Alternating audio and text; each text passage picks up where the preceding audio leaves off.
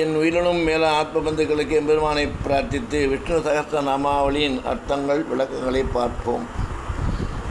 பூதபவ்ய பவநாத, மேற்கண்ட பெருமையை முக்காலத்திலும் உடையவர். பவன, காற்றுபோல் எங்கும் செல்பவர்.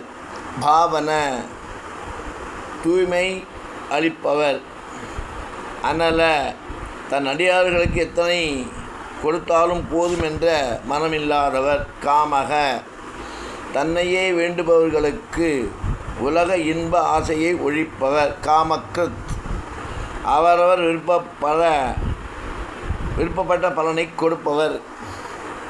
காந்த, தன் மென்மையான திருமேனி அழகால் காண்பவரை ஈர்ப்பவர். காம, வன்மை எளிமை ஆகிய குணங்களால் அனைவராலும் விருப்பப்படுபவர். காமப்பிரத, நிலையற்ற செல்வத்தையும் நிலையான தன்மையையும் வேண்டியவற்றை அளிப்பவர். பிரபு, மேற்சொன்ன சிறப்புகளால் காண்பவர்களின் கண்ணையும் மனத்தையும் பறிப்பவர். இப்படி எம்பெருமானின் சகஸ்ர நாமாவளியில் 300 அர்த்தங்கள் வரை பார்த்தோம்.